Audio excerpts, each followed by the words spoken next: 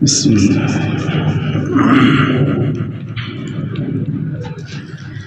الحمد لله رب العالمين،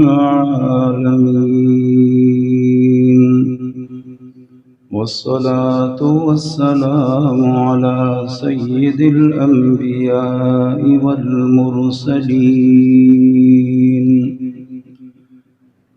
اللهم صل على محمد وعلى آل محمد كما صليت على إبراهيم وعلى آل إبراهيم إنك حميد مجيد. اللهم بارك على محمد وعلى آل محمد كما باركت على إبراهيم وعلى آل إبراهيم إنك حميد مجيد.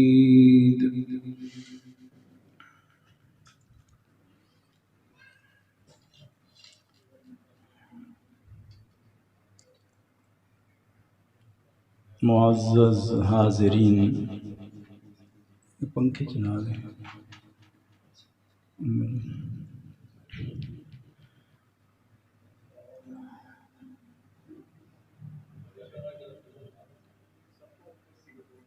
سفر المظفر کا مہینہ اپنی شان کے ساتھ رخصت ہونے والا ہے. ہر مہینے کے اندر کوئی نہ کوئی اسلامی تاریخ کا واقعہ ہوتا ہے، اور سفر کے بعد جو مہینہ آتا ہے اس مہینے کو ربیع الاول کا نام دیتے ہیں. اور ربیع الاول کا خوبصورت مہینہ، جس کا معنی ہی پہلی بہار ہے، اور وہ موسم کے اعتبار سے بھی بہار کا پیغام لاتا ہے، اور سب سے بڑا پیغام ربیع الاول کا سرکار دو عالم صلی اللہ علیہ وسلم کی آمد ہے. اور جن کی آمد سے، جن کے آنے سے مجھے اور آپ کو ایمان کی دولت ملی، اسلام کی دولت ملی، اور ہر قسم کی خوبیاں، دنوی اخروی کامیابیوں کے راز ہمیں ملے ہمارے نبی کے آنے سے. ہم تو بھٹکے ہوئے تھے، صحیح راستے سے ہٹے ہوئے تھے، ظلم و ستم کی راہوں پہ چل رہے تھے، ظلمات کے اندھیروں میں جکڑے ہوئے تھے، ہر طرف گھٹاٹوپ اندھیرے تھے. وہی یونان کہلاتا تھا آج تخریب کی دنیا، فلاتوں کی خرد سقراط کی دانشتی افسانہ. غرض دنیا میں چاروں سمت اندھیرا ہی اندھیرا تھا، نشان نور گم تھا، ظلمت کا بسیرا تھا. دفعتاً دنیا کے افق پر سیلاب نور آیا، حقیقت کی خبر دینے بشیر آیا، نذیر آیا. شہنشاہی نے جس کے پاؤں چومے وہ فقیر آیا، صحاب رحم بن کر رحمت للعالمین آیا. سرکار دو عالم صلی اللہ علیہ وسلم جب تشریف لائے، ایک رحمت کا جھونکا بن کے آئے، ایسا رحمت کا خوبصورت جھونکا، ایسا رحمت کا بے بہا سمندر کہ جس سے انسانیت کو ہر ایک کو حصہ ملا۔ بارش آتی ہے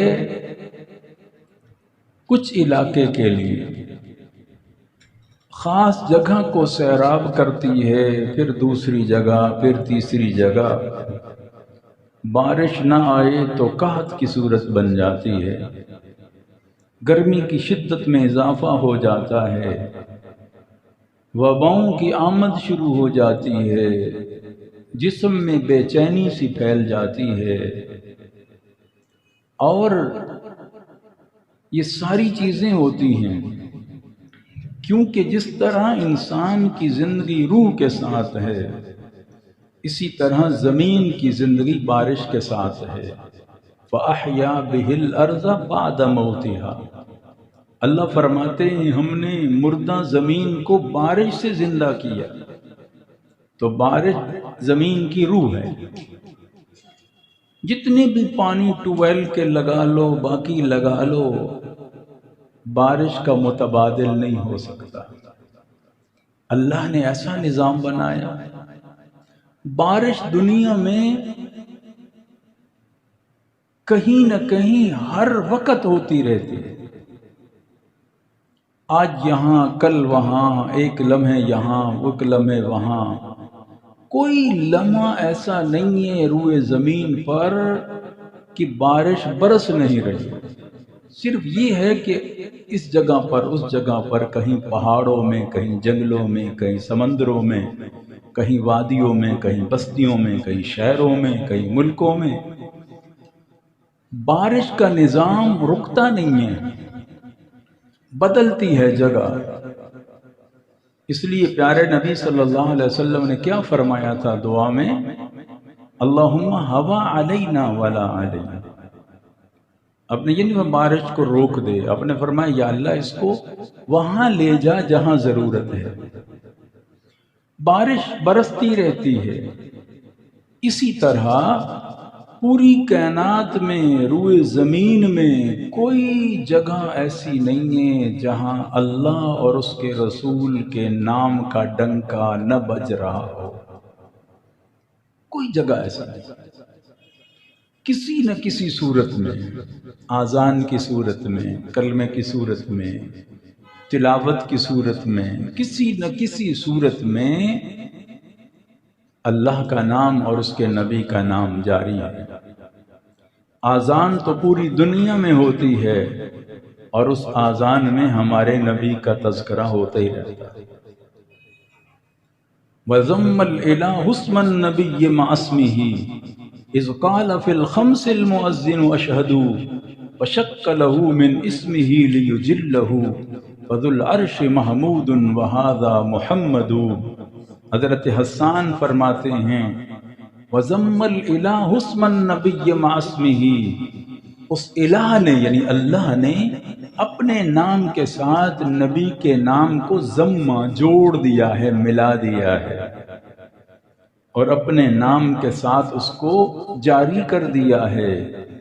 اور اس کی دلیل بڑی خوبصورت بیان فرمائی حضرت حسان نے، فرمایا کہ فی الخمس المؤذن اشہد، اگر میری بات پہ یقین نہ آئے، حضرت حسان فرماتے ہیں مؤذن کی اذان سن لیا کرو، 2 دفعہ وہ اشہد کہتا ہے، یعنی اشہد ان لا الہ الا اللہ، پھر وہ اشہد ان محمد الرسول اللہ۔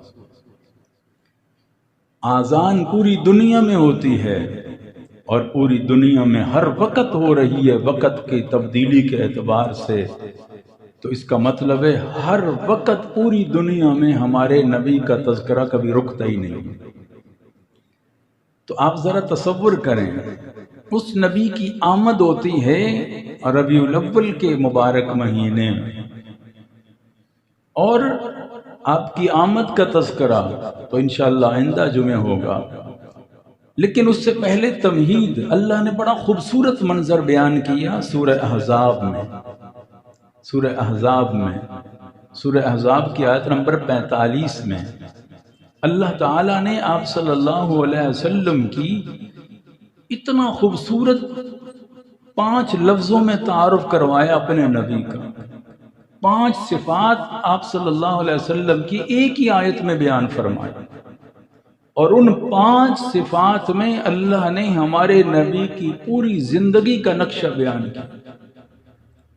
آپ کے آنے کا تذکرہ بھی ہوا، آپ کی عظمت اور آپ کے عہدے کا تذکرہ بھی ہوا، اور آپ کے کام کا تعارف بھی ہوا، اور آپ صلی اللہ علیہ وسلم کی رفعت و بلندی کا تذکرہ بھی اللہ نے فرما دیا.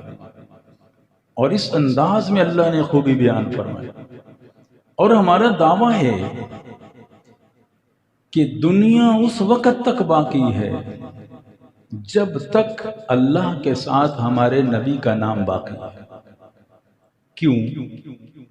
آپ دیکھیں کہ اللہ تعالیٰ نے ایک چیز کا حکم فرما دیا، دین اتارا اللہ نے، ان الدین عند اللہ الاسلام، اللہ نے دین اتار دیا.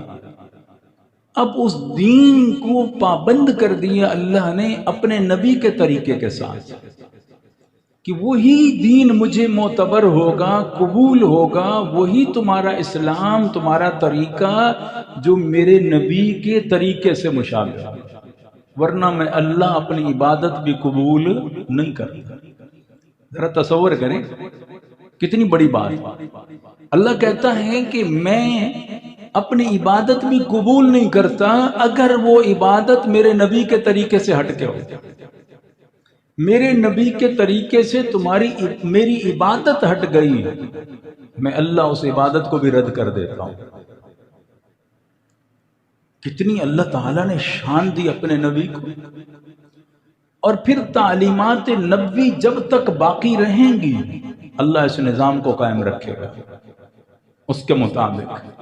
اور جب یہ ختم ہو گئی، اس لیے کہتے ہیں یہ قرآن لفظی قرآن ہے اور میرے نبی کی زندگی عملی قرآن ہے. لفظوں میں اللہ نے یہ اتارا. اب ایک مثال سمجھاؤں. اللہ کہتا ہے اقیم الصلاۃ، نماز پڑھو. یہ کہا یقیم الصلاۃ، اقیم الصلاۃ، یقیمون الصلاۃ، اقیم الصلاۃ. یہ اللہ تذکرہ کرتا ہے مختلف الفاظ میں قرآن پاک کا. اب اقیم الصلاۃ، نماز پڑھو، رب یہ کہہ رہا ہے. اب نماز جب ہم شروع کرتے ہیں، اب اللہ یہ نہیں کہتا کہ پہلی رکعت میں اس طرح ہاتھ اٹھا کے تکبیر تحریمہ جسے کہتے ہیں، پھر ثنا پڑھنی ہے، پھر تعوذ ہے، پھر تسمیہ ہے، فاتحہ ہے، اس کے ساتھ ضم صورت ہے، اس طرح قیام ہے، اس طرح رکوع ہے، اس طرح سجدہ ہے، اس میں یہ تسبیحات ہیں. اللہ نے کہا فسبح بسم ربک العظیم، رب کی تسبیح عظیم، رب کی تسبیح بیان کر. اب سبحان ربی العظیم کے لفظ کس نے سکھائے؟ ہمارے نبی نے. اب یہی نماز میں پڑھنا پڑے گا. رب نے تو کہا سبح اسم ربک الاعلی، اس اعلیٰ رب کی تسبیح بیان کر. اب کیسی کریں؟ کس نے سکھایا؟ سبحان ربی الاعلی، ہمارے نبی نے سکھایا. تو پوری نماز آپ مطالعہ کر کے دیکھیں، کوئی نماز کا لفظ آپ کو ایسا نہیں کہ اللہ نے کہا ایسا پڑھو، ایسا کرو، یہ طریقہ ہے. وہ طریقہ جناب محمد الرسول اللہ صلی اللہ علیہ وسلم. تو عملی قرآن آپ ہوئے. لفظ نے کہا اقیم الصلاۃ، نماز قائم کر، اور عمل کر کے بتایا میرے نبی نے، تو قرآن پاک کے لفظ اور عمل مکمل ہوا تو پورا قرآن بنا. اس لیے ایک کو ساقط قرآن کہتے ہیں، ایک کو بولتا قرآن کہتے ہیں، ایک کو ذکر قرآن کہتے ہیں، ایک کو مذکر قرآن کہتے ہیں، ایک کو تبلیغ قرآن کہتے ہیں، ایک کو مبلغ قرآن کہتے ہیں، ایک کو نصیحت قرآن کہتے ہیں، ایک کو ناصح قرآن کہتے ہیں، ایک کو کلام اللہ کہتے ہیں، ایک کو رسول اللہ کہتے ہیں. تو اب دیکھیں اس کے اندر اللہ تعالیٰ نے فرمایا کہ دیکھو میرے نبی کی شان اور عظمت دیکھو کہ آپ صلی اللہ علیہ وسلم کے زندگی کے مطابق زندگی گزارنے کے بغیر نہ تم اللہ کو راضی کر سکتے ہو نہ قرآن پاک پہ عمل کر سکتے ہو۔ عمل اگر کرنا چاہتے ہو تو جناب محمد الرسول اللہ صلی اللہ علیہ وسلم کی ذات کو نمونہ بنانا پڑے گا، اسوہ آپ کا ہوگا، راہ آپ کی ہوگی، منزل جنت ہے لیکن اس جنت سے گزرنے جانے تک پل جناب محمد الرسول اللہ صلی اللہ علیہ وسلم کی ذات ہے۔ آپ کی اتباع کے مطابق زندگی گزاریں گے پھر کامیابی ہے۔ اور یہ بات صرف میں اپنی طرف سے نہیں کہہ رہا، اللہ کا قرآن کہتا ہے من یطع الرسول فقد اطاع اللہ، جس نے رسول کی مانی اس نے اللہ کی مانی۔ اطیع اللہ و اطیع الرسول، رسول اللہ کی مانو رسول کی مانو۔ اور پھر عجیب بات فرمائی من یعص اللہ ورسولہ، جس نے اللہ کی نافرمانی کی اور اس کے رسول کی نافرمانی۔ ومن یشاقق اللہ ورسولہ، جس نے اللہ کی مخالفت کی رسول کی مخالفت کی۔ براءۃ من اللہ ورسولہ، اللہ ان سے بری اس کا رسول اس سے بری۔ اذان من اللہ ورسولہ، اللہ کا اعلان اس کے رسول کا اعلان۔ قرآن پاک میں بہت سارے مقامات پہ آپ پڑھیں گے نا، اللہ نے اپنی اطاعت کے ساتھ اور اپنی نافرمانی کے ساتھ آگے اپنے رسول کو بھی جوڑا ہے کہ جو میری نافرمانی کرے گا اور میرے رسول کی نافرمانی کرے گا اس پر میرا عذاب آئے گا، جو میری مانے گا میرے رسول کی مانے گا فقد فاز فوزا عظیما، وہ عظیم کامیابی وہی حاصل کرے گا۔ اس لیے کہا لا الہ الا اللہ محمد الرسول اللہ، اشہد ان لا الہ الا اللہ و اشہد ان محمدا عبدہ ورسولہ۔ دونوں گواہیاں ہیں، ایمان تب مکمل ہوتا ہے نا، دونوں گواہیاں آئیں گی تو ایمان مکمل ہوگا۔ ایک بندہ کہتا ہے اشہد ان لا الہ الا اللہ، آگے نہیں گواہی دیتا، رک جاتا ہے۔ رب کہتا ہے مجھے اپنی گواہی بھی میں ماننے کے لیے تیار نہیں جب تک نہیں کہے گا اشہد ان محمدا عبدہ ورسولہ۔ لا الہ الا اللہ ساری زندگی پڑھتا رہے، آگے محمد الرسول اللہ نہیں پڑھے گا، محمد صلی اللہ علیہ وسلم کا نام نہیں لے گا تو میں اللہ لا الہ بھی قبول نہیں کروں گا۔ کیوں؟ اللہ تعالیٰ نے اس میں اس آیت میں سارے سوالات کے جوابات موجود ہیں۔ اب ایک آیت پہ میں آپ کو تھوڑا سا اس کا خلاصہ بتاؤں کہ سورہ الاحزاب کی آیت نمبر 45 ہے، اللہ نے ہمارے نبی کی 5 صفات بیان فرمائی۔ ایک آیت چھوٹی سی آیت، 5 آیات، اور 45 اور 46 آیت خاص ہے ہمارے نبی صلی اللہ علیہ وسلم کی عظمت کے لیے۔ اور ربیع الاول کی آمد سے پہلے یہ جمعہ ہے، آگے ربیع الاول انشاءاللہ شروع ہو جائے گا، تو آپ دیکھیں اس کی آمد سے پہلے یہ استقبال سمجھ لیں کہ اللہ اپنے نبی جو آ رہا ہے اس کا تعارف کروا رہا ہے کہ کیسا رسول ہے، کیسی شان والا ہے، کیسی عظمت والا ہے، کیسے کمال والا ہے، کیسے مقام والا ہے۔ عظمت سمجھیں گے پہلے کہ اس نبی کی شان اور عظمت کیا ہے اللہ کی نظر میں، تو پھر سمجھ آئے گی اس نبی کی تکریم اور تعظیم دل میں بیٹھ جائے گی اور زیادہ عزت بیٹھ جائے گی۔ اللہ کیا فرماتے ہیں؟ فرمایا بسم اللہ الرحمن الرحیم،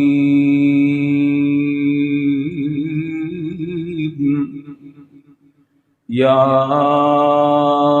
ایھا النبی انا ارسلناک شاہدا ومبشرا ونذیرا وداعیا الی اللہ بإذنہ وسراجا منیرا۔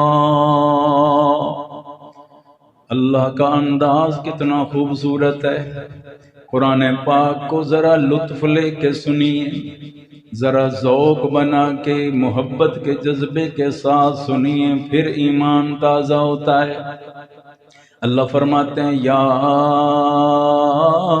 ایھا النبی، کتنا خوبصورت لفظ ہے، یا ایھا النبی، اے نبی، کیونکہ الف لام بتا رہی ہے عہد خارجی کا الف لام۔ عہد خارجی کا مطلب ہوتا ہے گرامر میں خاص جناب محمد الرسول اللہ صلی اللہ علیہ وسلم کی ذات کو اللہ مخاطب کر رہے ہیں، ہر نبی کی بات نہیں۔ یا ایھا النبی، اے میرے نبی جناب محمد الرسول اللہ صلی اللہ علیہ وسلم۔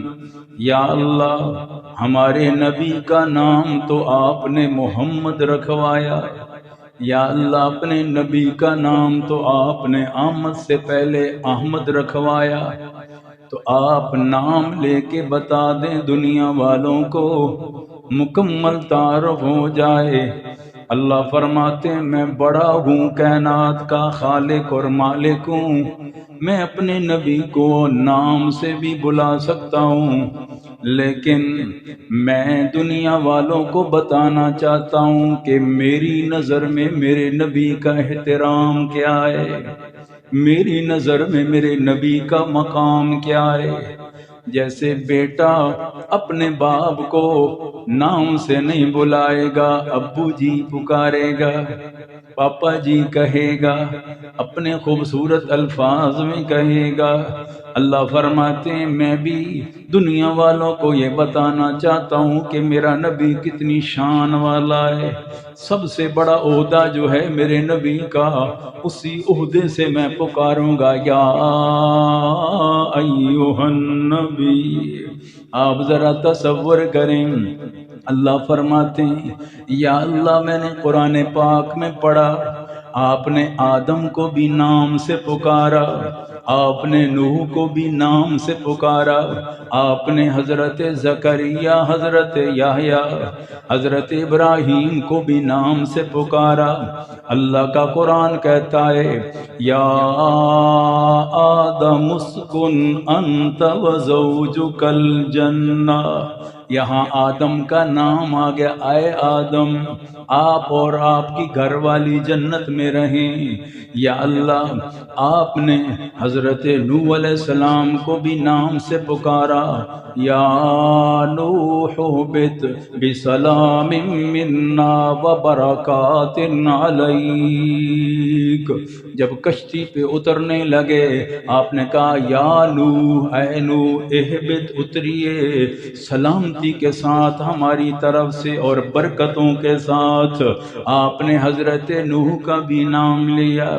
حضرت ابراہیم کی باری آئی، یا ابراہیم اعرض عن ھذا، اے ابراہیم آپ کی نہیں مانتے چھوڑیے ان کو۔ یا موسیٰ انی اصطفیتک علی الناس برسالاتی و بکلامی، اے موسیٰ پریشان کیوں ہوتا ہے، میں نے اپنی رسالت کے لیے اور اپنے ہم کلامی کے لیے آپ کو چن لیا ہے۔ ذرا تصور کریں، یا زکریا انا نبشرک بغلام اسمہ یحییٰ، حضرت زکریا کا بھی نام لیا۔ یا یحییٰ خذ الکتاب بقوہ، حضرت یحییٰ کا بھی نام لیا۔ یا عیسیٰ ابن مریم، اے عیسیٰ بن مریم نام لیا اللہ نے۔ اللہ فرماتے ہیں جب میرے محبوب کی باری آتی ہے، میرے نبی کا تذکرہ آتا ہے، میں دنیا والوں کو بتانا چاہتا ہوں میں اپنے نبی کو صرف نام سے نہیں بلاؤں گا، بل اپنے نبی کی اس شان سے بلاؤں گا جو میرے نبی کا سب سے بڑا عہدہ ہے۔ ختم نبوت کو تو تاج میرے نبی کے سر پہ ہے۔ یا ایھا النبی، اے نبی، اللہ اکبر، کیونکہ اللہ اللہ سے خبریں لے کر دنیا تک خبریں پہنچانے والے جناب محمد الرسول اللہ، رب کا پیغام انسانیت تک پہنچانے والے آمنہ کے لال ہیں۔ اس لیے فرمایا یا ایھا النبی، کیا انا ارسلناک، بے شک ارسلنا کا ہم نے آپ کو بھیجا، ارسلنا کا میرے محبوب پیغمبر ہم نے آپ کو رسول بنا کے بھیجا۔ پہلے میں نبی آ گیا، ارسلنا میں رسول آ گیا، یعنی دونوں عہدے اللہ نے یہاں بیان فرمائے، دونوں عہدے بیان فرمائے، کیونکہ بعض نبی بن کے آئے، بعض رسول بن کے آئے۔ نبوت سے اوپر والا خاص عہدہ رسالت کا ہے، یعنی نئی کتاب یا نئی شریعت لے کے آئے تو اسے رسول کہتے ہیں۔ تو اللہ نے فرمایا یا ایھا النبی انا ارسلناک شاہدا، یہ پہلی صفت اللہ نے آپ کی بیان فرمائی، شاہدن، ہم نے آپ کو شاہد بنا کے بھیجا۔ شاہد کا کیا معنی؟ شاہد کا ایک معنی ہوتا ہے گواہ۔ اللہ فرماتے ہیں میں نے آپ کو گواہ بنا کے بھیجا۔ شاہد معنی، پہلا معنی شاہد کا گواہ۔ اللہ فرماتے ہیں ہم نے آپ کو پوری انسانیت پہ گواہ بنا کے بھیجا۔ اس کی تشریح قرآن کی تشریح حدیث پاک بخاری شریف کی روایت، مسند احمد کی روایت پڑھ رہا ہوں۔ سرکار دو عالم صلی اللہ علیہ وسلم نے فرمایا کل قیامت والے دن اللہ حضرت نوح علیہ السلام کو بلائے گا، اے میرے نوح آپ پہلے نبی تھے، اس حوالے سے کہ لوگوں کو اللہ کی طرف دعوت دی ہے، اس لیے اے نوح بتاؤ آپ نے میرا پیغام پہنچایا یا نہیں پہنچایا؟ حضرت نوح علیہ السلام کہیں گے اللہ میں نے تیرا پیغام کس طرح پہنچایا، 950 سال میں نے لگائے، رات کو بھی دن کو بھی، اندھیرے میں بھی سویرے میں بھی، مجمع میں بھی فرد کو بھی، میں نے ہر ایک کو دعوت دی۔ قوم والوں سے اللہ پوچھے گا بتاؤ حضرت نوح علیہ السلام نے پیغام پہنچایا یا نہیں پہنچایا؟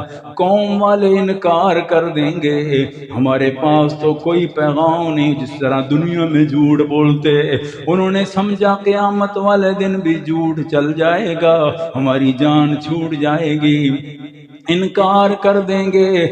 اللہ کہے گا کہاں ہے امت مصطفیٰ، امت محمد صلی اللہ علیہ وسلم؟ مسلمانوں ہم اپنی عظمت کو پہچانیں، ہم اپنی شان کو پہچانیں، ہم اپنے مقام کو پہچانو۔ دیکھو کہاں حضرت نوح علیہ السلام کا زمانہ، کہاں امت محمد الرسول اللہ صلی اللہ علیہ وسلم۔ بخاری شریف کی روایت ہمیں بتا رہی ہے، اور اس آیت کی تشریح جو بن کے آئی ہے، کیا فرمایا آپ نے؟ اللہ کہے گا امت مصطفیٰ سے پوچھو، امت محمدیہ صلی اللہ علیہ وسلم سے پوچھا جائے، ان کی گواہی معتبر ہوگی۔ اللہ فرماتے ہیں بتاؤ اے امت مصطفیٰ بتاؤ نوح علیہ السلام نے پیغام پہنچایا یا نہیں پہنچایا؟ امت مصطفیٰ کہے گی یا اللہ پہنچا دیا، ضرور پہنچا دیا۔ تو وہ اعتراض کر دیں گے یہ تو کتنا زمانہ بعد میں آئے تھے، یہ گواہی بھلا کیسے دے سکتے ہیں؟ موقع کا گواہ ہوتا ہے، یہ تو بعد میں آئے، ان کی گواہی معتبر کوئی نہیں ہے۔ تو اللہ سوال کرے گا یہ عظمتیں بتائی جا رہی ہیں، یہ شان بتائی جا رہی ہے اس امت کی، اللہ سوال کرے گا، اللہ تعالیٰ پوچھیں گے اے امت مصطفیٰ تم تو بعد میں آئے، تم کیسے گواہ بن سکتے ہو؟ سبحان اللہ، ذرا عظمت دیکھ۔ یہ امت کہے گی یا اللہ آپ نے اپنے آخری نبی پہ اپنا آخری کلام اتارا تھا، قرآن پاک، آخری نبی نے وہ کلام ہمیں دیا تھا، وہ کلام ہم نے پڑھا، اس میں جا بجا حضرت نوح علیہ السلام کا تذکرہ موجود ہے۔ ہمارے قرآن میں تو حضرت نوح علیہ السلام کے نام کی پوری سورہ نوح موجود ہے، 29ویں پارے میں پوری ان کا تذکرہ موجود ہے۔ ہے، ان کی دعائیں موجود ہیں، سورہ آراف میں ان کا تذکرہ موجود ہے۔ قرآن پاک کی 9 سورتوں میں ہم نے حضرت نوح علیہ السلام کا تذکرہ پڑھا ہے۔ ہمارے نبی نے ہمیں بتا دیا تھا کہ نوح علیہ السلام نے پیغام پہنچا دیا، آخری کلام نے ہمیں بتا دیا۔ اللہ کے نبی جب یہ بات کہیں گے، سارے نبی اندازہ کرو قیامت کا میدان ہے، نوح علیہ السلام کی امت انکار کر دے گی۔ جب امت مصطفیٰ کی گواہی آئے گی تو پیارے نبی کھڑے ہو جائیں گے، جناب محمد الرسول اللہ صلی اللہ علیہ وسلم اٹھیں گے، آپ فرمائیں گے یا اللہ میری امت سچ کہہ رہی ہے، میں گواہی دیتا ہوں کہ واقعی حضرت نوح علیہ السلام نے پیغام پہنچا دیا، میں اپنی طرف سے یہ بات نہیں کر رہا۔ بخاری شریف کی حدیث سنائی اور اس پر ایک آیت سنا وہ دوں سورہ بقرہ کی۔ اللہ فرماتے ہیں وَكَذَلِكَ جَعَلْنَاكُمْ أُمَّةً وَسَطًا لِتَكُونُوا شُهَدَاءَ عَلَى النَّاسِ وَيَكُونَ الرَّسُولُ عَلَيْكُمْ شَهِيدًا۔ ہم نے درمیانی امت آپ کو بنایا کس لیے؟ لِتَكُونُوا شُهَدَاءَ عَلَى النَّاسِ، تاکہ قیامت والے دن آپ لوگوں پر گواہ بن جائیں گے۔ وَيَكُونَ الرَّسُولُ عَلَيْكُمْ شَهِيدًا، اور تمہاری گواہی پر جناب محمد الرسول اللہ گواہ بن جائیں گے۔ اِنَّا أَرْسَلْنَاكَ شَاهِدًا، پہلی صفت ہمارے نبی کی، آپ شاہد بن کے آئے، گواہ، اور پوری امتوں پر گواہ۔ آپ ذرا تصور کریں، آج عدالت میں کوئی مقدمہ آتا ہے، ایک وکیل کھڑا ہوتا ہے، 2 گواہیاں آ جائیں تو کیس معتبر ہو جاتا ہے۔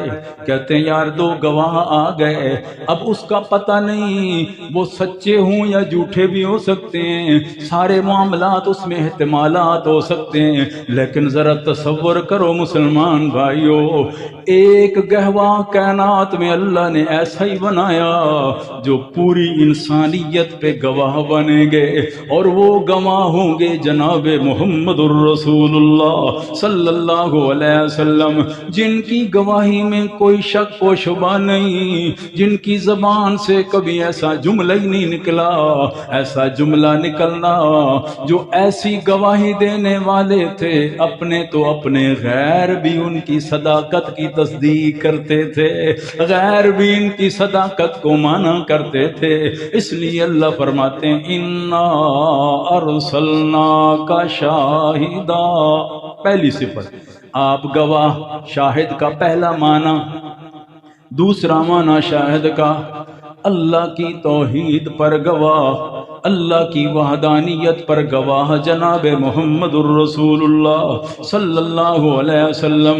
اس وقت 360 بت رکھے تھے بیت اللہ کے اندر، ہر ایک ان کی گواہی دینے والا تو تھا، اللہ کو بھول چکے تھے۔ جناب محمد الرسول اللہ صلی اللہ علیہ وسلم تشریف لائے، اللہ کے لیے گواہ بن کے آ گئے، اور فرمایا دنیا والو کوہ صفا پہ کھڑے ہو کے آپ نے پہلا اعلان کیا کیا تھا؟ قولوا لا الہ الا اللہ تفلحوا، اے مکہ والو لا الہ الا اللہ کہہ دو کامیاب ہو جاؤ گے۔ میرے نبی صلی اللہ علیہ وسلم بطور گواہ بن کے کھڑے ہو گئے، اور آپ صلی اللہ علیہ وسلم نے اللہ کا تعارف کروا دیا۔ دنیا والے رب کو بھول چکے تھے، دنیا والے رب کا تعارف بھی بھول چکے تھے۔ اللہ تعالیٰ نے پیارے نبی کو بھیجا، میرے محبوب ذرا دنیا والوں کو میرا تعارف کروا دے۔ دنیا والوں کو میرا پیغام پہنچا دے، دنیا والوں کو میرے تذکرے سنا دے، دنیا والوں کو میری الوہیت و کبریائیت و جبروتیت سکھا دے دنیا والوں کو۔ آپ صلی اللہ علیہ وسلم آئے، اس لیے آپ نے پیغام دیا۔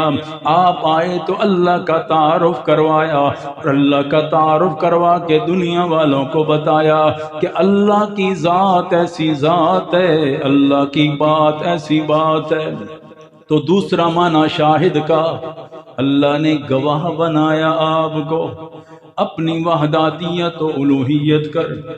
تیسرا معنی شاہد کا، میرے نبی ان باتوں کی خبر دینے والے جن باتوں کا مجھے اور آپ کو پتہ ہی نہیں تھا، وہ غیب کی باتیں، وہ چھپی باتیں، وہ پوشیدہ باتیں امت تک پہنچانے والے جناب محمد الرسول اللہ صلی اللہ علیہ وسلم ہیں۔ آپ دیکھو مجھے اور آپ کو پتہ نہیں تھا قبر میں کیا ہونے والا ہے، جنت میں کیا ہوگا، جہنم میں کیا ہوگا، حشر کا میدان کیا ہوگا، یہ ساری خبریں ہمارے نبی نے ہمیں بتائی ہیں۔ آپ صلی اللہ علیہ وسلم نے یہ ساری خبریں دی ہیں، اس لیے غیب آپ صلی اللہ علیہ وسلم نے وہ پوشیدہ باتیں، غیب کا معنی ہوتا ہے پوشیدہ باتیں، یعنی جو غیب ہوں، نظر سے اوجھل ہوں، جس کی معلومات تک مکمل رسائی نہ ہو، ان تک پہنچانے والے جناب محمد الرسول اللہ صلی اللہ علیہ وسلم کی ذات ہے۔ اس لیے اللہ فرماتے ہیں دنیا والو سنو میرا نبی ایسا ہے جس نے تمہیں علم کی روشنی عطا فرمائی، علم کی روشنی عطا فرمائی۔ تمہارے پاس تو محدود علم تھا، تم کچھ نہیں جانتے تھے، میرا نبی آیا تو تمہیں ایسی خبریں بتائی جن کا تمہیں علم بھی کوئی نہیں تھا۔ اس لیے فرمایا یا ایھا النبی انا ارسلناک شاہدا۔ آپ کی پہلی صفت اللہ نے لائی کہ ہم نے آپ کو گواہ بنا کے بھیجا۔ کس طرح گواہ؟ اللہ اکبر۔ پھر آگے اللہ ایک ایک لفظ ایسا ہے کہ اس کو جتنی تشریح کرو کم ہے۔ میں کہتا ہوں آیت مکمل ہو جائے۔ وَمُبَشِّرًا، اللہ نے آپ کی دوسری صفت بیان فرمائی، وَمُبَشِّرًا، خوشخبریاں سنانے والے، مبشر خوشخبریاں سنانے والے۔ یا اللہ کیسی خوشخبریاں؟ اللہ فرماتے ہیں ایسا نبی تمہیں جنت کی خوشخبریاں سنائے، اللہ کی رضا کی خوشخبریاں سنائے، یہ کرو گے تو یہ ملے گا، اس کی خوشخبریاں سنائیں۔ ایسی خوشخبریاں آپ کو سناتے ہیں، ایسی خوشخبری کوئی سنا ہی نہیں سکتا، ایسی ایسی باتیں بتاتے ہیں امت کو خوش کرنے کے لیے۔ اللہ اکبر، کیسا منظر ہے! پیارے نبی صلی اللہ علیہ وسلم نے دیکھا عورت کا بچہ گم ہو جاتا ہے، صحابہ بھی یہ منظر دیکھتے ہیں، میرے نبی بھی یہ منظر دیکھتے ہیں۔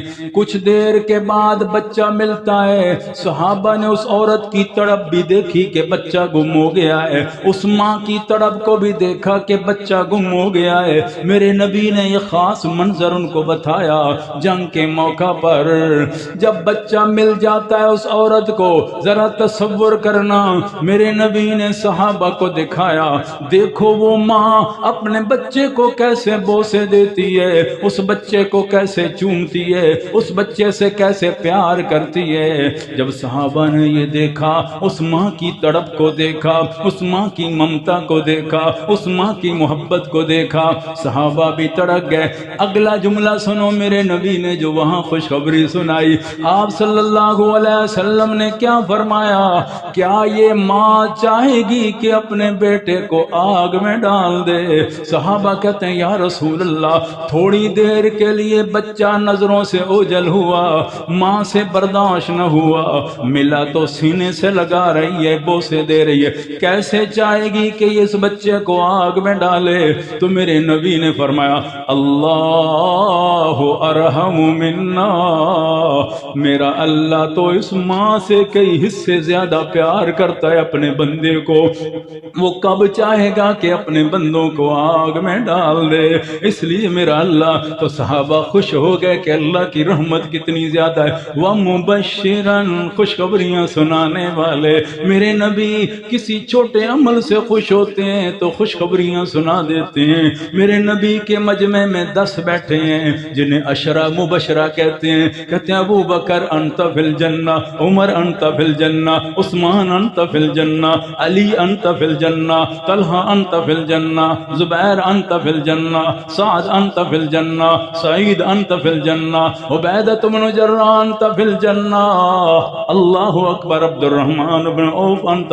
10 کو سامنے بٹھا کے جنت کی خوشخبری سنا دی میرے نبی نے۔ فرمایا یہ میرے حسن و حسین ہیں، یہ جنتی جوانوں کے سردار ہیں، یہ میری بیٹی فاطمہ ہے، یہ جنتی عورتوں کی سردار ہے۔ یہ خوشخبریاں سنا رہے ہیں میرے نبی۔ کچھ خاص خوشخبریاں ہیں، کچھ عام خوشخبریاں ہیں۔ خاص خوشخبریاں ہیں وبشر الصابرین، صبر کرنے والوں کے لیے خوشخبری ہے۔ عام خوشخبریاں ہیں وبشر الذین آمنوا وعملوا الصالحات، ایمان والے جو عمل کرتے ہیں، ایمان لاتے ہیں، ان کو آپ نے خوشخبریاں سنائی۔ اور ایسی خوشخبریاں سناتے ہیں میرے نبی اس میں تاکہ خوش ہو جائیں سارے اللہ کے نبی، خوشیاں بانٹتے ہیں۔ غزوہ خیبر کا موقع ہے، سبحان اللہ کیا منظر ہے۔ میرے نبی نے فرمایا محاصرہ لمبا ہو گیا ہے، کل میں اس کو جھنڈا دوں گا جن کے ہاتھ پہ اللہ خیبر کو فتح کروا دے گا۔ اب آپ نے پہلے نہیں بتایا، ابھی نہیں بتایا کہ کس کو دوں گا، آپ کو تو پتا تھا کس کو دوں گا۔ دیکھو خوشی سب کی ہے کہ مجھے مل جائے، مجھے مل جائے، ہر ایک کو انتظار ہے مجھے، شاید مجھے مل جائے۔ میرے نبی صلی اللہ علیہ وسلم کا مزاج مبارک دیکھو، صبح ہوتی ہے صحابہ کہتے ہیں ہم رات کو تڑپ رہے ہیں، دعائیں بھی مانگ رہے ہیں ہماری قسمت جاگ جائے۔ صبح جب اکٹھے ہوتے ہیں فرمایا کہاں گیا علی؟ یا رسول اللہ اس کی آنکھوں میں تھوڑی بیماری ہے۔ اللہ کے نبی نے فرمایا لے کے آؤ۔ میرے نبی نے اپنے شفا والا لعاب لگا دیا۔ علی فرماتے ہیں جیسے ایسے لگتا ہے میری آنکھیں کبھی خراب ہوئی نہیں ہیں۔ میرے نبی نے وہ شفا والا لعاب لگایا، جھنڈا علی کے ہاتھ میں دے دیا، اور آپ نے عجیب جملے فرمائے، یہ خوشخبری سنو۔ آپ نے فرمایا میں اس سے جھنڈا دے رہا ہوں جس سے اللہ بھی راضی ہے، اس کا رسول بھی راضی ہے۔ اور اگلا جملہ سنو، میرے نبی نے فرمایا میں اس کو جھنڈا دے رہا ہوں جو اللہ پہ راضی ہے، اس پہ رسول پہ راضی ہے۔ یہ خوشخبریاں ہیں وَمُبَشِّرًا۔ میرے نبی نے فرمایا میری امت کے لوگوں، اللہ نے 100 حصے رحمت کے کیے ہیں، ایک حصہ دنیا میں بانٹا ہے، باقی 99 حصے اپنے پاس رکھے ہوئے ہیں قیامت کے لیے۔ اللہ ایک بندے کے لیے بہانہ ڈھونڈے گا، دنیا میں میرے بندے نے کوئی عمل کیا ہوگا، یا اللہ نمازوں میں سستی ہے، روزوں میں سستی ہے، فلاں میں سستی ہے، اللہ کہتے ہیں نہیں نہیں، ایمان کی دولت تیرے پاس ہے، میں بہانے ڈھونڈوں گا، کوئی بہانہ مل جائے میں اسے جہنم سے بچا لوں، میں اسے معاف کر دوں۔ ذرا تصور کریں کیسے بہانے ہوں گے قیامت والے دن میرے رب کے۔ حدیث پاک میں آتا ہے ایک بندہ ایسا بھی آئے گا جس کے پاس کوئی نیکی نہیں ہوگی، اللہ کہے گا یاد کر لے، کوئی تو نیکی یاد کر لے کہ تجھے معاف کر دوں۔ آپ وہ کہے گا یا اللہ مجھے تو یاد ہی کوئی نہیں رہا۔ رب کہتا ہے مجھے تیری ایک نیکی یاد ہے جو تجھے یاد نہیں۔ یا اللہ وہ کون سی نیکی ہے جو ہر چیز آج مجھے یاد ہے لیکن وہ یاد نہیں؟ اللہ کہے گا ایک مجلس میں میرا ذکر ہوا تھا، تیری آنکھیں تھوڑی نم ہو گئی تھی، میرا نام سن کے، میرا تذکرہ سن کے تیری آنکھیں نم ہو گئی تھی، تیرے آنسو تیرے رخساروں پہ نہیں آئے تھے، تیری پلکوں کو تر کیا تھا، میں رب کو اتنی خوشی ہوئی تھی، میں نے اسی وقت فیصلہ کر دیا کہ اس نیکی کے بدلے میں اپنے بندے کو معاف کر دوں گا۔ وَمُبَشِّرًا خوشخبریاں سنانے والے ہمارے نبی، میرے نبی، وَنَذِيرًا اور ڈرانے والے۔ اب عجیب بات ہے، ایک ہوتا ہے ڈرانا، اللہ اکبر، ایک ہوتا ہے ڈرانا اس بات سے کہ اسے تکلیف دی جائے، ایسا کیا جائے، غصے میں، دشمنی میں، وہ ڈرانا اور ہوتا ہے۔ نذیر اس ڈرانے کو کہتے ہیں کہ جس ڈرانے میں بھی پیار چھپا ہو۔ ڈرایا جیسے ماں باپ اپنے بچے کو ڈراتے ہیں۔ اب اصل میں پیار ہوتا ہے کہ بیٹا کہیں نقصان نہ کر بیٹھے، یہ نہ کرنا بیٹا ایسا ہو جائے گا، وہ ڈرانا پیار کا ہوتا ہے۔ میرا نبی نذیر ہے، فرمایا میری امت کے لوگوں یہ نہ کرنا کہیں تمہیں نقصان نہ ہو جائے۔ سب سے زیادہ پیار کرنے والے انسانیت پہ کون ہیں؟ جناب محمد الرسول اللہ صلی اللہ علیہ وسلم کی ذات ہے۔ سب سے زیادہ انسانیت پہ یعنی اپنی امت سے پیار کرنے والے میرے نبی ہیں۔ اور ذرا تصور کریں وہ پیار نہ ہوتا تو میرے نبی راتوں رات جاگ جاگ کے تیرے میرے لیے دعائیں کرتے۔ وہ پیار نہیں تھا تو میرے نبی اپنی خوشی کا موقع ہوتا، اللہ کچھ دے رہا ہوتا، کہتا یا اللہ میری امت کا بھی حصہ کر دے، میری امت کا بھی حصہ شامل کر دے۔ تو اندازہ کریں اتنا پیار کرنے والا نذیر اس کو کہتے ہیں جس کے ڈرانے میں بھی امت کی خیر خواہی چھپی ہو۔ وداعیا الی اللہ، اللہ کی طرف دعوت دینے والے، اللہ کی طرف بلانے والے، یہ میرے نبی کی شان ہے۔ اور سراجم منیرا، سبحان اللہ، سراجم منیرا، اللہ نے سورہ احزاب کی آیت نمبر 45 میں اتنا خوبصورت تذکرہ اپنے نبی کا کیا ہے۔ ربیع الاول کی آمد سے پہلے ذرا سن لو آمد مصطفیٰ، اللہ نے جملہ کہا سراجم منیرا، اللہ اکبر، کمال ہے۔ شاہد بھی آپ ہیں، مبشر بھی آپ ہیں، نذیر بھی آپ ہیں، داعی اللہ بھی آپ ہیں، سراجم منیرا بھی آپ ہیں۔ اور سراج کہتے ہیں چراغ کو، سراج کہتے ہیں سورج کو، قرآن کہتا ہے سراجن وہاجا، ہم نے ایسا سورج بنایا جو وہاجا، وہاج کا معنی ہوتا ہے تپش دینے والا، جلانے والا۔ لیکن کمال دیکھو، اللہ کی شان دیکھو، اپنے نبی کی عظمت دیکھو، سراجم منیرا کہا، حالانکہ قرآن میں سراجن وہاجا، سورج جو جلانے والا، تپش دینے والا۔ لیکن جب نبی کی بات آئی نا یہاں سورہ احزاب میں، اللہ کہتا ہے سراجم منیرا، وہاں وہاج نہیں کہا۔ کوئی یہ اعتراض نہ کر دے کہ سورج کا کام ہے جلانا، سورج کا کام ہے تپش دینا، ادھر آپ کہہ رہے رحمت للعالمین ہے، ادھر جلانے والی صفت آپ کی ہے۔ فرمایا سراجم منیرا، سراجم منیرا کہہ کے قمرم منیرا، قرآن کہتا ہے چاند منیر ہے، سورج سراجن وہاجا ہے۔ اللہ نے یہاں ایک صفت سورج والی لے لی، ایک صفت چاند والی لے لی۔ اب تصور کر رہے ہیں چاند والی صفت اللہ نے لے کے کیا پیغام دیا؟ فرمایا سورج کی روشنی میں تپش ہوتی ہے، چاند کی روشنی میں مٹھاس ہوتا ہے، نرمی ہوتی ہے، اور اس میں بڑی جاذبیت ہوتی ہے۔ اللہ نے یہ دونوں کو اکٹھا کر دیا، سراجم منیرا، ایک صفت سورج کی لے لی، ایک چاند کے لے کے اللہ نے یہاں دو پیغام دیے۔ پہلا پیغام یہ نہ سمجھنا کہ روشنی تو بہت کمال کی ہے، جب سورج کی روشنی آتی ہے تو کسی چراغ اور بلب کی ضرورت نہیں پڑتی ہے۔ اسی طرح میرے نبی کی ختم نبوت کی ایسی روشنی ہے کہ کسی اور نبی کی ضرورت نہیں پڑے گی، کسی اور چراغ کی ضرورت نہیں پڑے گی۔ اور یا اللہ پھر رات کے تو اندھیرا ہو جاتا ہے، سورج رات کو نہیں ہوتا۔ فرمایا منیرا، میرا نبی ایسا چراغ ہے جو دن کو بھی روشن رہتا ہے، رات کو بھی روشن رہتا ہے۔ لنا شمس وللآفاق شمس وشمسی خیر من شمس السماء فإن الشمس تطلع بعد فجر وشمسی طالع بعد العشاء۔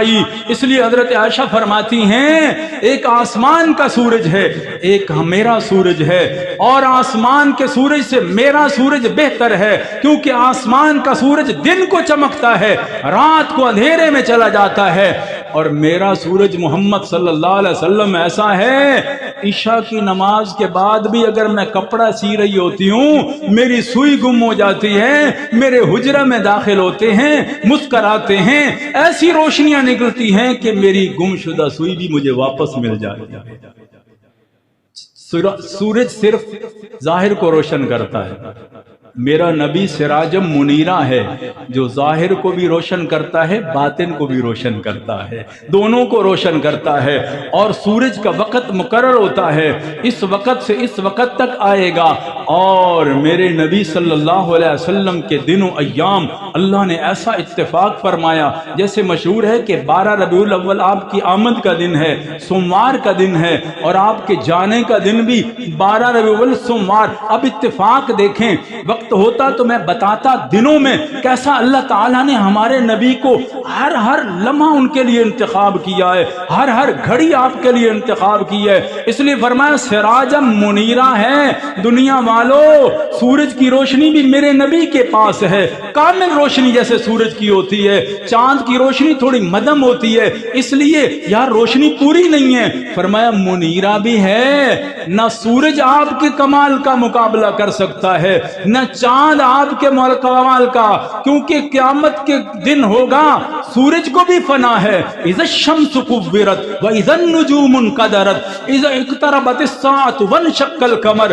سورج کو بھی قیامت والے دن فنا ہے، چاند کو بھی فنا ہے، ان کی روشنیاں عارضی ہیں، دنیا کے نظام تک ہیں۔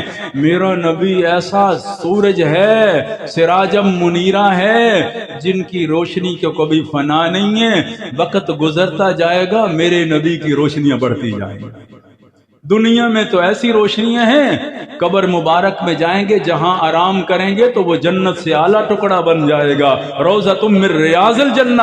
اور جب آخرت میں جائیں گے قیامت والے دن اللہ فرمائے گا ارفع راسک یا محمد سل تعطیٰ واشفع تشفع، میرے محبوب سر اٹھاتے جائیے، مانگتے جائیے، سوال کرنا آپ کا کام ہے، دینا میرا کام ہے۔ میرے نبی نے فرمایا میں بھی اس وقت تک نہیں چھوڑوں گا جب تک میرا ایک امتی جس نے کلمہ پڑھا ہوگا جہنم میں ہوگا، میں بھی رب سے سوال کرتا رہوں گا، اور آخری امتی کو جنت میں ڈال کے رہوں گا، جہنم سے نکلوا کے رہوں گا۔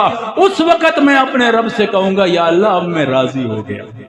اس وقت تک میں نہیں کہوں گا یا اللہ اب میں راضی ہو گیا۔ ذرا تصور کریں مسلمان بھائی، اس لیے آمد مصطفیٰ کی آج میں نے صرف تمہید باندھی ہے، انشاءاللہ آئندہ جمعے بتاؤں گا کہ آمد مصطفیٰ کیا شان ہے، کیا عظمت ہے۔ بارش کے قطروں کو دیکھو اور سمندر کے قطروں کو دیکھو، ریت کے ذروں کو دیکھو، درخت کے پتوں کو دیکھو، اس نظام کو دیکھ کے اپنے نبی کے تذکرے کو میں انشاءاللہ آئندہ جمعے عرض کروں گا۔ اللہ تعالی عمل کی توفیق نصیب فرمائے۔